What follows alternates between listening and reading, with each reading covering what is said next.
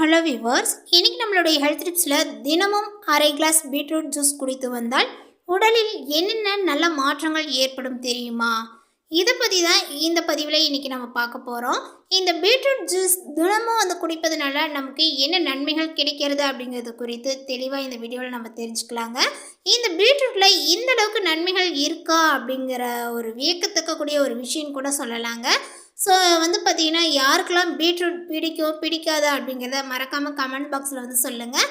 அதே போல் பார்த்திங்கன்னா இதுக்கப்புறம் பீட்ரூட் பிடிக்காதவங்க நம்மளுடைய உணவில் சேர்த்து கொள்ளாமல் இருக்கிறாங்க பார்த்தீங்களா, அவங்களாம் இந்த வீடியோவை பார்த்ததுக்கு பின்னாடி பீட்ரூட்டில் இவ்வளோ சத்து இருக்குது அப்படின்றத தெரிஞ்சதுக்கு அப்புறமா பார்த்திங்கன்னா பீட்ரூட் ஜூஸ் ஆகட்டும் இல்லை பீட்ரூட் சாதம் இந்த மாதிரி எப்படி வேணாலும் இருக்கட்டுங்க, நீங்கள் பீட்ரூட் ஜூஸ் எடுத்துக்கொள்வது ரொம்ப சிறந்தது.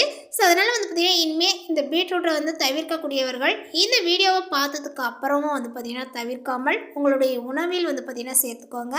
நம்மில் பலர் விலை உயர்ந்த காய்கறி பழங்களில் தான் அதிகம் சத்துக்கள் மற்றும் வைட்டமின்களானது நிறைந்துள்ளது என நினைத்து கொண்டே இருக்கின்றோம். ஆனால் விலை குறைவான காய்கறிகளில் கூட கவனம் செலுத்த மறந்து விடுகின்றோம். ஆனால் பீட்ரூட்டில் ஏராளமான மருத்துவ குணங்களும் ஊட்டச்சத்துக்களும் நிறைந்திருக்கிறது. நமது உடலில் ஏதாவது பிரச்சனைகளானது பார்த்திங்கன்னா உண்டாகி மருத்துவமனைக்கு சென்ற பின்புதான் நம்ம ஒதுக்கிய காய்கறிகளினுடைய மகத்துவ தன்மையை பற்றி நம்ம புரிஞ்சுக்கிறோங்க. குறிப்பாக இயற்கையான பச்சை காய்கறிகளையும் பழங்களையும் உணவில் சேர்த்து கொள்ள வேண்டியது ரொம்ப அவசியமானது. ஸோ அப்படி ஒதுக்கப்படக்கூடிய காய்கறிகளில் ஒன்றுதான் இந்த பீட்ரூட். சிலருக்கு பார்த்திங்கன்னா பீட்ரூட் பொரியல் செய்து சாப்பிட பிடிக்காது. ஏன் பார்த்தோம் அப்படின்னா ஒரு வகையான இனிப்பு தன்மை இந்த பீட்ரூட்டில் இருக்குது. சிலருக்கு பார்த்திங்கன்னா இந்த இனிப்பு சுவையானது பார்த்திங்கன்னா பிடிக்காமல் போயிடுது. இதனால தான் ஏராளமான நன்மைகளை கொண்ட இந்த பீட்ரூட்டை பார்த்திங்கன்னா கவனிக்காமலே நம்ம போயிடுறோம். அதே நேரம் பார்த்திங்கன்னா விலை குறைவான உடலுக்கு தேவையான அத்தனை அத்தியாவசியத்தையும் கொண்டுள்ள ஒரு பீட்ரூட்டாக பார்த்திங்கன்னா இந்த காய்கறிகளில் ஒன்றாக இந்த பீட்ரூட்டை சொல்லலாங்க. அதை பற்றி இப்போ நம்ம கொஞ்சம் தெரிஞ்சுக்கலாம். நீரிழிவை கட்டுப்படுத்தக்கூடிய காய்கறிகளில் ஒன்று தான் பீட்ரூட். உடலினுடைய சர்க்கரை அளவை கட்டுப்படுத்துகிறது. இதிலிருந்து பெறக்கூடிய ஒரு வகை நார்ச்சத்து ஹைபர் கிளைசோமியை பார்த்திங்கன்னா இரத்த சர்க்கரையின் அளவை பார்த்திங்கன்னா கட்டுப்படுத்துகிறது. பீட்ரூட் சாறு உட்கொள்வதன் மூலம் உணவுக்கு பிறகு உயரக்கூடிய சர்க்கரை அளவு கிளைசீமியாவை பார்த்திங்கன்னா கட்டுப்படுத்த பயன்படுகிறது. ஸோ அதற்கப்புறம் பார்த்திங்கன்னா இதய நோய்களை பார்த்திங்கன்னா குறைக்கக்கூடிய தன்மை இந்த பீட்ரூட்டுக்கானது பார்த்திங்கன்னா இருக்குதுங்க. இதய நோய் மற்றும் பக்கவாதம் ஏற்படக்கூடிய வாய்ப்புகளானது பார்த்திங்கன்னா மிக குறைவு. பீட்ரூட்டில் அதிக அளவில் நைட்ரேட் ஆனது பார்த்திங்கன்னா உள்ளதுங்க. இது இரத்த அழுத்தத்தை கட்டுப்படுத்த பயன்படுகிறது. ஒரு வாரத்திற்கு தொடர்ச்சியாக பார்த்திங்கன்னா பீட்ரூட் சாறு எடுத்துக்கொள்ளும் போது இதய செயலிழப்பு ஏற்படக்கூடிய அபாயத்தையும் இரத்த அழுத்தத்தையும் குறைக்கலாம் என பார்த்திங்கன்னா சொல்லப்படுதுங்க. நம்ம தினமுமே இந்த பீட்ரூட்டை ஜூஸ் அல்லது சாலட் போன்ற ஏதாவது ஒரு வகையில் எடுத்துக்கொள்ளும் போது இது போன்ற பிரச்சனைகளானது தவிர்க்கப்படுது. பீட்ரூட் ஜூஸ் ஆனது பார்த்திங்கன்னா மார்பக புற்றுநோயை பார்த்திங்கன்னா தடுக்கும். பீட்ரூட்டில் பார்த்திங்கன்னா பொட்டானின் இருப்பதே இதற்கு முக்கிய காரணமாகிறது. அதே போல் நுரையீரல் மற்றும் தோல் புற்றுநோய்களை தடுக்க செய்யும் திறன் கொண்டுள்ளது. அதனால் பார்த்திங்கன்னா இந்த பீட்ரூட் ஜூஸை நம்ம தினம்தோறுமே எடுத்துக்கொள்ளலாம். இதனுடைய சிவப்பு வண்ணத்தில் பீட்டா கரோட்டின் நிறைந்திருப்பதனால புற்றுநோயை எதிர்த்து போராடக்கூடிய வல்லமை கொண்டது இந்த பீட்ரூட். உடலில் இரும்புச்சத்து குறைபாட்டால் ஏற்படக்கூடிய அனிமியாவை பார்த்திங்கன்னா பீட்ரூட்டில் உள்ள வைட்டமின்கள் குறைக்கிறது. உடல் சோர்வு, கவனமின்மை, எதிலுமே ஆர்வமின்மை போன்றவைகளுக்கு வழிவகுக்கும். அனிமியாவை குணப்படுத்த பீட்ரூட்டை தினசரி எடுத்துக்கொள்ளும் போது இரத்த சோகையில் இருந்து மிக விரைவாக குணமடையலாம். கலோரிகள் குறைவாகவும் கொழுப்பற்ற உணவுகளில் பீட்ரூட் முக்கியமான ஒன்றாகும்.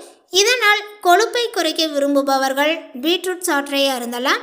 பீட்ரூட்டில் உள்ள ஃபைட்டோ நியூட்ரியன்ஸ் பார்த்திங்கன்னா கொழுப்புகளை கரைப்பதற்கான மூலப்பொருட்கள் கொண்டதாக இருக்கும்.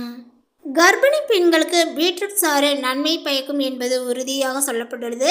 அதேபோல் ஃபோலிக் அமிலம் குழந்தையினுடைய நரம்பு குழாய் குறைபாடுகளை தடுப்பதில் முக்கிய பங்கானது வகிக்கிறது.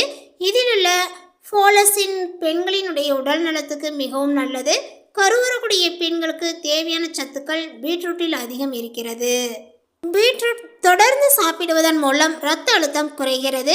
உடலுக்கு தேவையான ஆற்றலை அளிக்கிறது. இதய நோய் சம்பந்தமான பிரச்சனைகளுக்கு தீர்வுகளானது வந்து பார்த்திங்கன்னா காணப்படுது. மேலுமே உடல் எடை பிரச்சனையை வந்து பார்த்திங்கன்னா உடையவர்களுக்கு உடல் எடையை சரியான அளவு பராமரிக்க உதவும். பீட்ரூட்டில் பொட்டாசியம் நிறைந்துள்ள இந்த சத்துக்களானது நரம்பு மற்றும் தசைகளினுடைய செயலாக்கத்திற்கு உதவும்.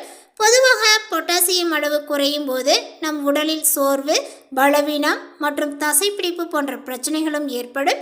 எனவே பீட்ரூட்டில் பொட்டாசியம் அதிக அளவு இருப்பதனால அதனை வயதானவர்கள் மற்றும் குழந்தைகள் தினமும் உணவில் எடுத்துக்கொள்வது நல்ல பலனையே கொடுக்கும்.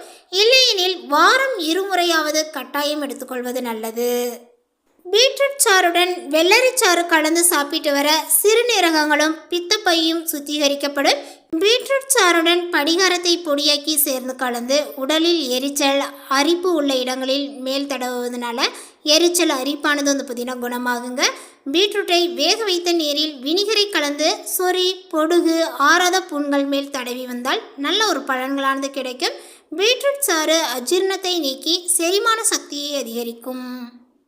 மேலும் இவ்வளவு நன்மைகளை கொண்டுள்ள பீட்ரூட்டை வந்து பார்த்திங்கன்னா ஒரு அளவுக்கு மீறி எடுத்துக்கொள்ளும் போது நமக்கு நிறைய பக்க விளைவுகளையும் கொடுக்குங்க.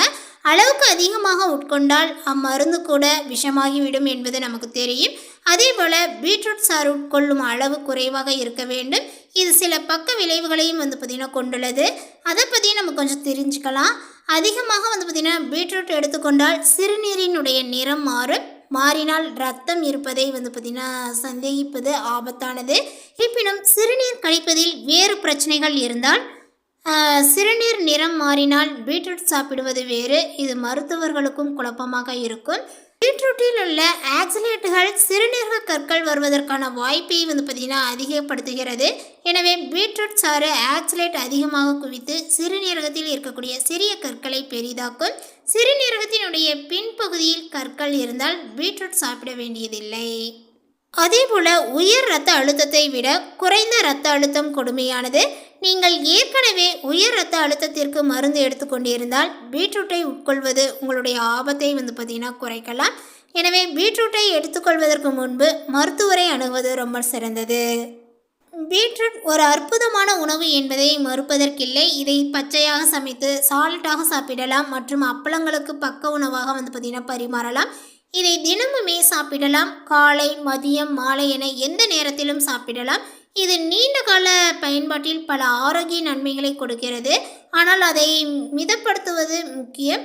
மேலும் வந்து பார்த்திங்கன்னா சிறுநீரக பிரச்சனை உடையவர்கள் பீட்ரூட் சாப்பிடுவதற்கு முன்பாக மருத்துவரை அணுகி வந்து பார்த்திங்கன்னா பரிந்துரைக்கப்பட்டதுக்கு பிறகு இந்த பீட்ரூட்டை நீங்கள் தினமும் வந்து பார்த்திங்கன்னா சேர்த்துக்கொள்ளலாம். ஸோ இந்த மாதிரி வந்து பார்த்திங்கன்னா இது நிறைய நன்மைகளை கொண்டிருந்தாலுமே நம்மளுடைய உடல் ரீதியாக என்னென்ன பிரச்சனைகள் இருக்குது அப்படிங்கிறத தெரிஞ்சதுக்கப்புறம் தினமும் இந்த வந்து பீட்ரூட் சாறாக வந்து எடுத்துக்கலாமா வேண்டாமா அப்படிங்கிறத வந்து பார்த்திங்கன்னா மருத்துவரை அணுகி நம்ம வந்து பார்த்திங்கன்னா அவங்களுடைய ஆலோசனை பெற்றதுக்கு பின்னு சாப்பிடுறது தான் சிறந்தது. இந்த தகவல் உங்களுக்கு பிடித்திருந்தால் லைக் பண்ணுங்கள், ஷேர் பண்ணுங்கள். இது போன்ற பல சுவாரஸ்யமான புதிய தகவலுடன் அடுத்த ஒரு வீடியோவில் சந்திக்கலாம். தேங்க்யூ.